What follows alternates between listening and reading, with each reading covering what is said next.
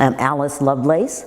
The Arts Exchange comes out of an experience in Atlanta, the Neighborhood Arts Center, which was started by Mayor Maynard Jackson in the mid-70s. When the Neighborhood Arts Center burned down in the early 80s, it left a lot of practicing artists without a home. So E. Banduli went on a search looking for a new home for those artists. And in 1983, he found the Grant Park Elementary School, which he thought would be a perfect location, and started talking to community people about having an art center there, and local politicians, labor leaders. He came to me and asked me if I would help him with the incorporating board and setting up the organization, and I was more than happy to. He and I had both been writers in residence at the old Neighborhood Art Center. So in 1983, we incorporated the organization. In 1984, with the support of the community, the Board of Education in Atlanta granted us use of Grant Park Elementary School, and we moved in, and we've been running ever since. Our name is Community Cultural Center for a reason, because we consider ourselves to be an extension of the community. We want families and children, we want young people to come, not just house artists, but we want to affect a community. Well, that wasn't any longer possible in Atlanta. The way Atlanta was changing, and particularly the way Grant Park was changing, there was not that opportunity to serve. And we'd been searching for over a year and a half for a new home. And sounds kind of crazy, but I was driving through this area. I turned that corner up here, came around, and saw this little school. It was in terrible condition, but it was sitting right in the middle of a community, and that's what I loved about it. So I came back, I went to neighborhood association meetings, I went to a community picnic to sort of get a feel for it, and I said, I think this is where we want to be. This is a place we can make a difference. We actually could go back to our roots.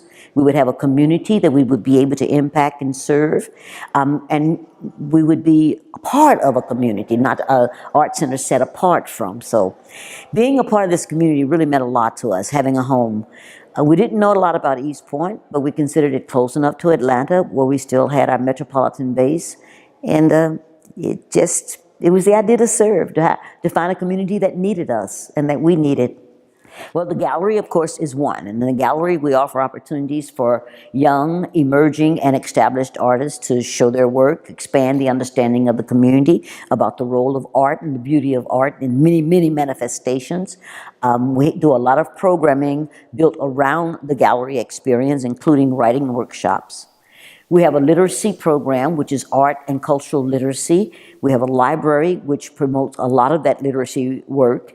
And it's kind of strange, but the Scrabble Club is a big part of that. And people may not consider Scrabble as a part of a literacy program, but it really is. And we're going to be rolling out Scrabble Clubs for children also. We do writing workshops.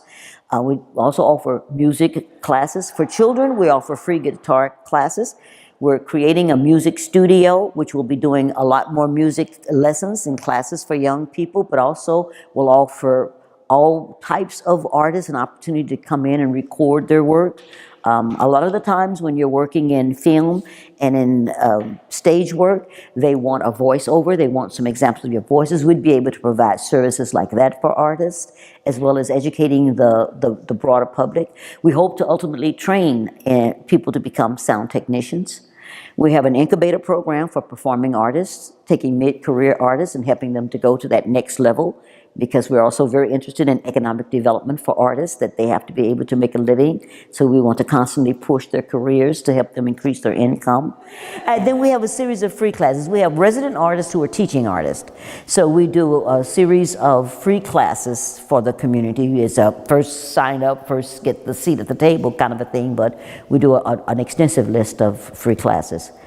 When we open up the Wellness Center, which we'll be doing this spring, we will have classes in yoga, Tai Chi, the healing arts, meditation, and that's going to be tied to our outdoor garden and tied to our raw food classes. So we're looking at art not as something that you come in and look at, but as something that culturally impacts every area of your life.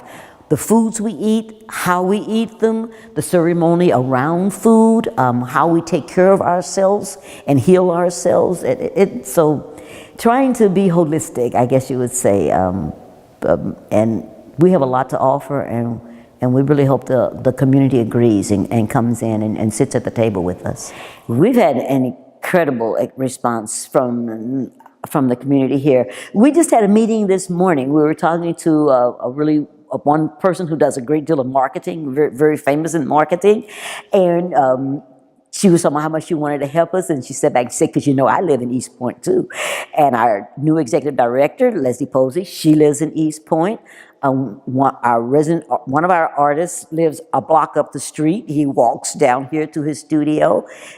We've been getting a great deal of response from East Point, and we love it. We just have to figure out how to pull those families and those children out and get them into the center, and that's what we're working on now. The ArtsXchange is our doing business name. So we have a corporate name, and then we have a doing business name, which is actually the name of our facility. So the idea of an ArtsXchange is because of the way that the artists who are in this building represent multiple disciplines, but what they always tell us that they've always loved about our space is the opportunity for artists from different disciplines to interact with each other, to have impromptu conversations, to show each other what they're working on, because they always learn new things. There's always an exchange of new information. There's always information that leads to building of new coalitions or partnerships, new work that comes about. So it's about this transference that happens between artist to artist, but also artist to community, that there's this constant exchange. And an exchange, you know, is a two-way street. It's not just me giving. Someone has to be willing to receive what I'm giving, but then I also have to receive what's coming. I'm really encouraged by the extraordinary response that we have, and I'm really encouraged by the intergenerational response that we've had. So just today, we've had people who were a part of the ArtsXchange back in the late 80s come visit us. And then at the same time, you have young people walk through these doors who've never encountered us before, who is the first time they've ever encountered it. So we're seeing a lot of this intergenerational, and which is just wonderful for us, because it's what we really thrive on and what we live on, is that there cannot be a generation gap in the arts.